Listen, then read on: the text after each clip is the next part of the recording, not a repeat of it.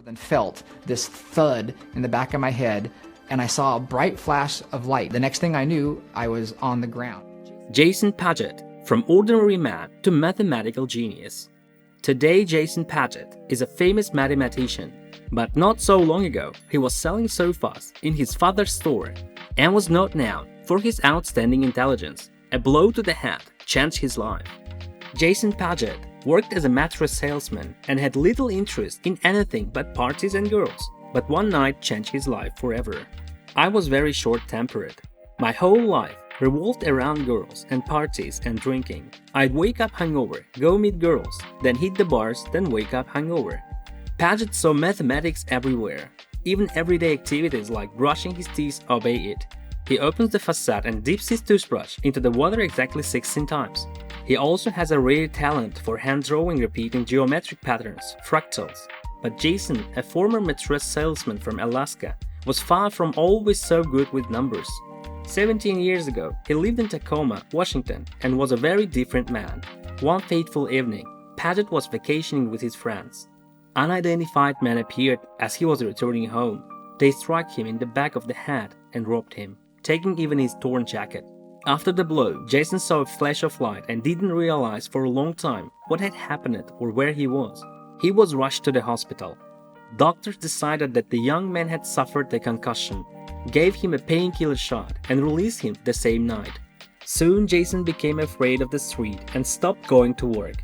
He began to suffer from obsessive-compulsive disorder. To minimize his contact with the outside world, he covered his windows with blankets and towels, and filled the gaps in his front door with insulation foam.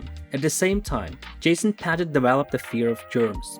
On such days, Jason would wash his hands and change her into clean clothes, obsessively and to the point of redness. But that wasn't what was most surprising. But along with the negative effects of the trauma, something fantastic happened for Padgett.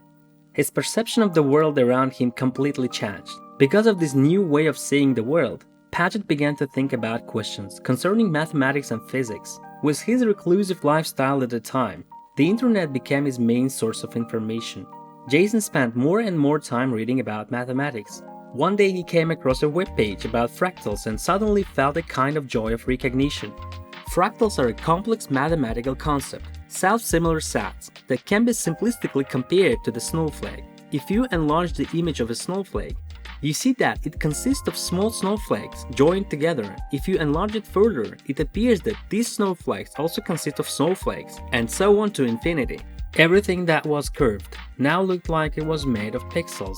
The water flowing from the faucet no longer looks smooth, and the flowing water now looks like it's made up of thin tangent lines.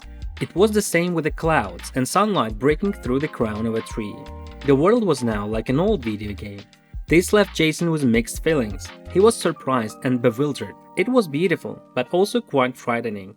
Researchers found the American had access to some parts of the brain that are absent in ordinary people. In addition, MRI scans showed that his visual cortex works simultaneously with the part of the brain responsible for mathematical calculations. He was diagnosed with acquired genius syndrome, or savant syndrome. Now Jason talks about math and his unusual experiences as he travels the world.